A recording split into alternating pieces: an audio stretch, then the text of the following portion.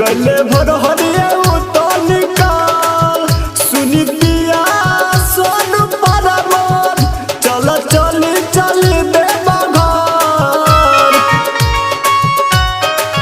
गिरजे Sandeep writer गले भर हरिया तो निकाल सुनी दिया सोन परमोर जल्दी चलो चली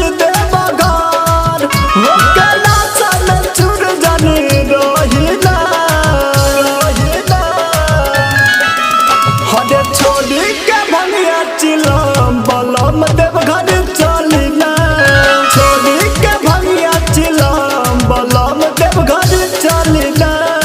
HKB रिकॉर्डिंग स्टूडियो दिल्ली।